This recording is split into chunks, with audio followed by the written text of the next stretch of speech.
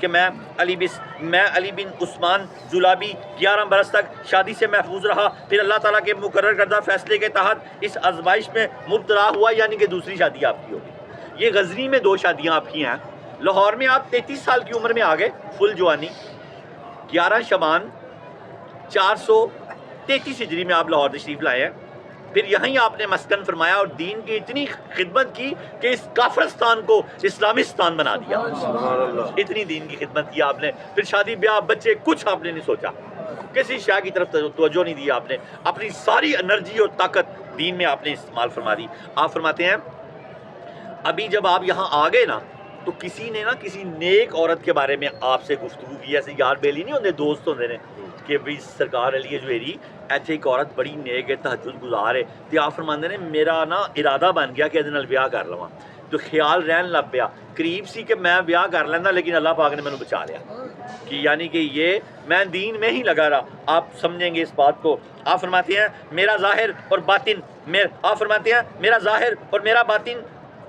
دوسروں کے بیان کرنے کی وجہ سے، کہ کسی نے اس عورت کی اتنی خوبیاں بیان کی کہ آپ فرماتے ہیں میرا ظاہر اور باطن دوسروں کی بیان کرنے کی وجہ سے خود دیکھے بغیر ایک خاتون کا اسیر ہو گیا، اور میں 1 سال تک اسی کیفیت میں رہا، یہاں تک کہ یہ حالت ہونے والی تھی میرا دین برباد ہو جاتا، لیکن اللہ تعالیٰ نے اپنے عظیم فضل اور وسیع مہربانی کے ذریعے میرے دل کو پاک دامنی کی توفیق عطا کی اور مجھے اپنی رحمت کے ذریعے اس سے نجات عطا کی۔ اس پر میں اللہ تعالیٰ کا جتنا بھی شکر ادا کروں کم ہے۔ ہم میں بھی اگر کوئی بندہ کبھی غلطی ہو جائے تو ایسا نہیں کہ اپنے آپ کو ہلاک ہی کر لو، یہ ہو جاتا ہے کبھی، پھر بس اللہ کرم کر دے، توبہ کر لو، غلطی ہو نہ، بس اچانک کچھ ہوا ہے، انسان اللہ پاک بندے سے یہ توقع رکھتے ہی نہیں کہ یہ غلطی نہ کرے، بھئی اس نے غلطی کرنی ہے، انسان بنا ہی نسیان سے ہے۔ ہاں یہ اللہ پاک ضرور توقع رکھتے ہیں کہ جلدی سے توبہ کر لے، اگر توبہ نہیں کرے گا تو ہلاک ہو جائے گا۔ غیبت ہوگی، جھوٹ بول لیا، کوئی ایسا موبائل میں کوئی ایسا سین اللہ نہ کرے ہم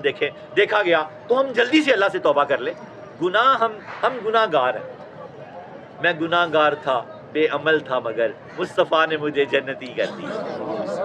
تو حضور کی کرم نوازیاں جب ہو جاتی ہیں تو زندگیاں پاک ہو جاتی ہیں۔ اور داتا صاحب نے فرمایا کہ میں 1 سال تک بغیر دیکھے ہوئے اس عورت کا اسیر رہا، جب اللہ تعالیٰ کا کرم ہوا تو میں اس چیز سے نجات پا گیا، اور پھر میں نے صرف دین کی خدمت میں یہاں اپنی پوری زندگی صرف کر دی، کہ میں شادی اور بال بچوں کے چکر میں نہیں پڑا، کہ یہ صوفیہ کے لیے ہے۔ عام لوگ تو شادی کریں نا، سنت ہے تو شادی کرنی۔